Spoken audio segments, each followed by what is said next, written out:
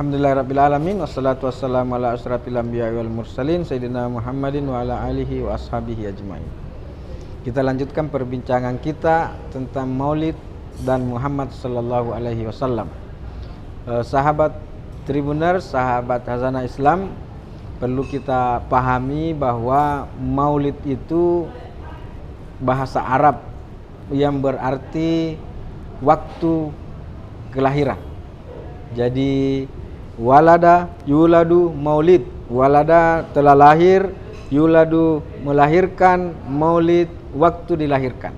Jadi maulid adalah waktu kelahiran, kemudian maulud itu yang dilahirkan.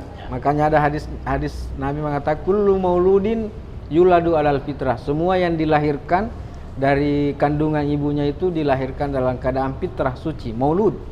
Kemudian ada lagi maulad, ya, atau tempat kelahiran. Jadi ada tiga situ: maulid waktu kelahirannya, maulud dan siapa yang dilahirkan. Dan semua itu adalah untuk Rasulullah SAW dalam konteks yang kita bahas sekarang ini.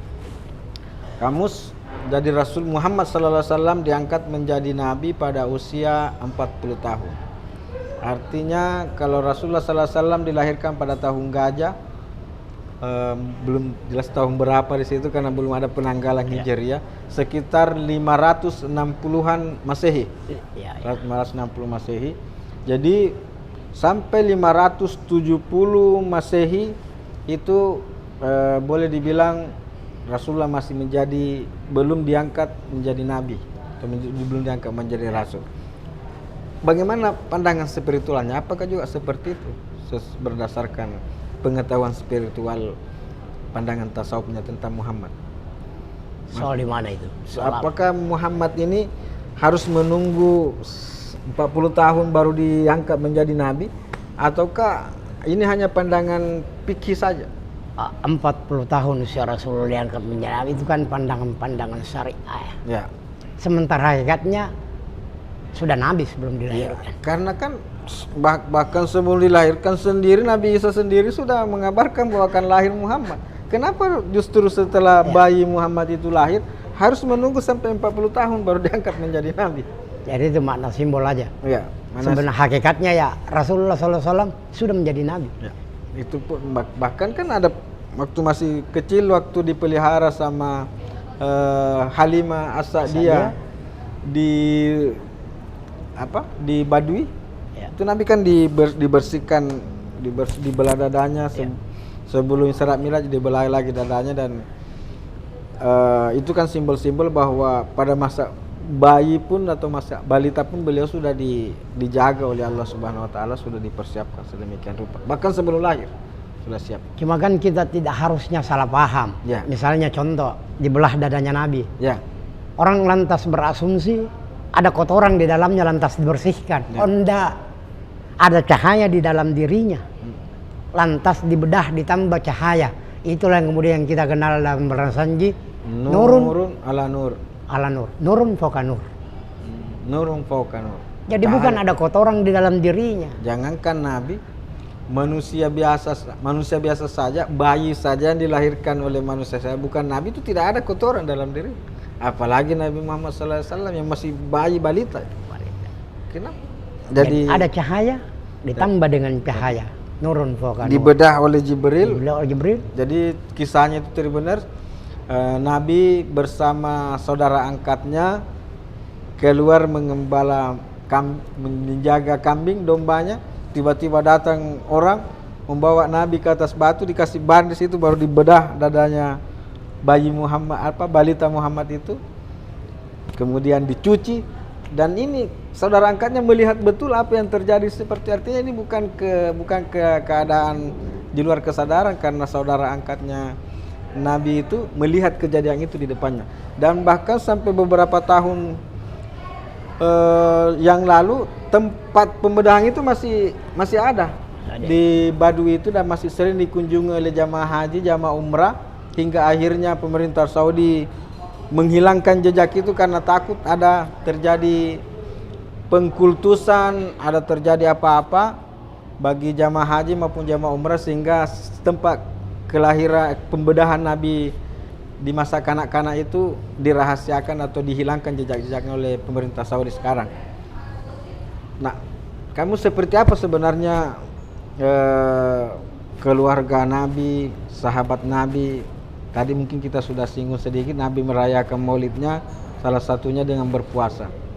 Ya, kalau sahabat-sahabat lain selain kegembiraan karena Islam dan hadirnya Muhammad itu seperti apa mereka? Riwayat yang ada, Sayyidina Abu Bakar radhiyallahu anhu memeriahkan maulid Nabi itu dengan menyembelih 1000 onta.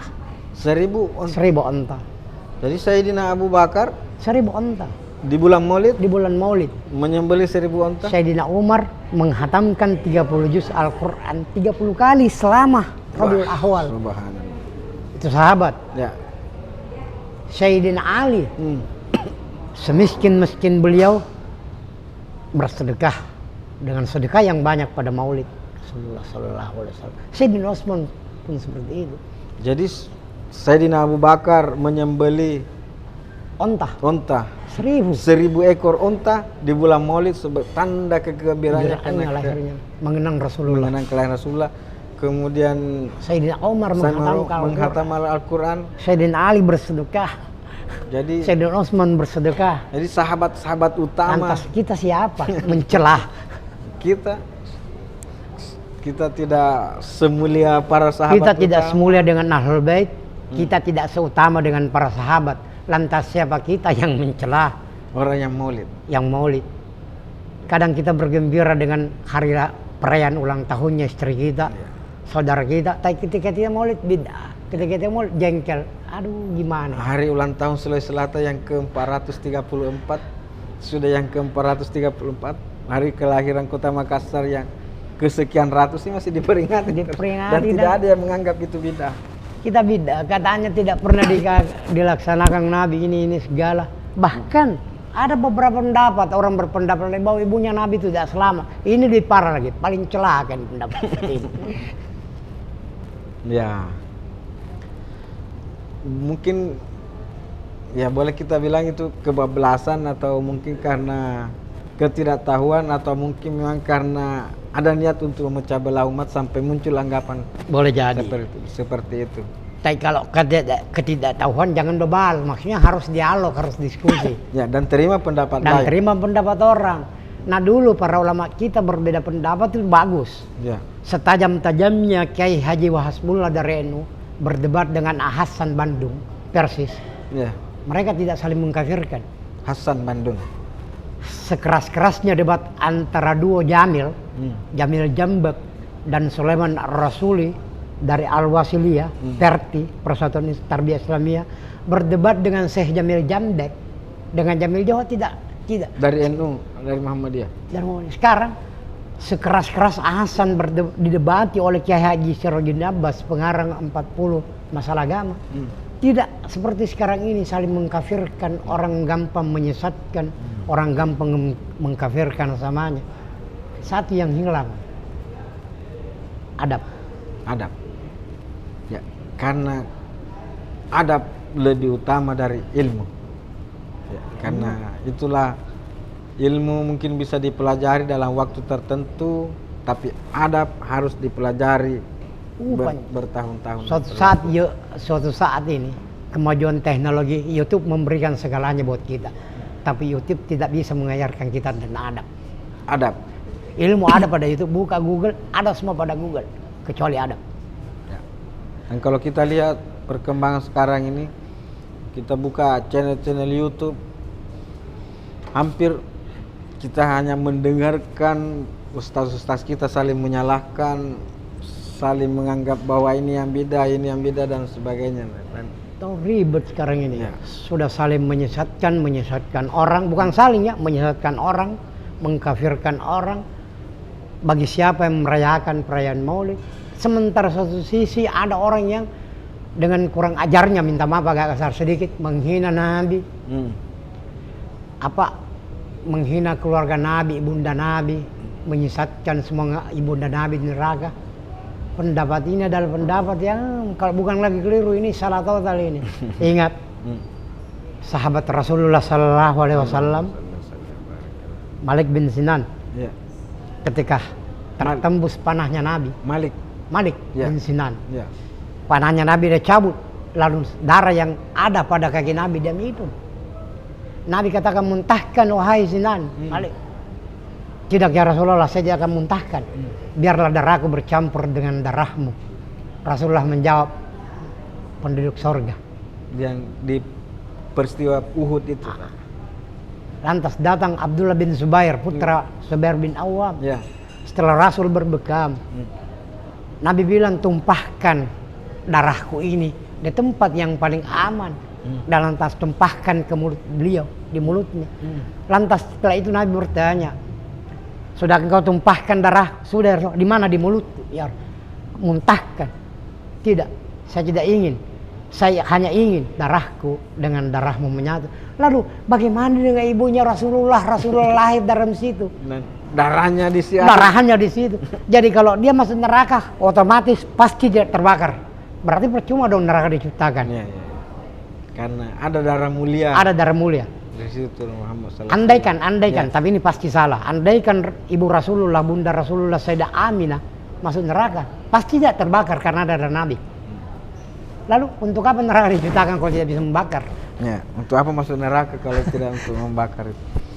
Dan itu memang ironi, tapi ya memang ada paham-paham seperti itu. Ada yang paham seperti ini. Dan ini kita sampaikan ini untuk mengingatkan kita, mengingatkan semua, khususnya sahabat Tribuners, bahwa kalaupun nanti paham sama seperti itu, paham-paham seperti itu sampai kepada diri kita, maka kita sudah punya keyakinan sendiri bahwa itu adalah paham yang sesat dan benar-benar tidak masuk akal dan tidak benar.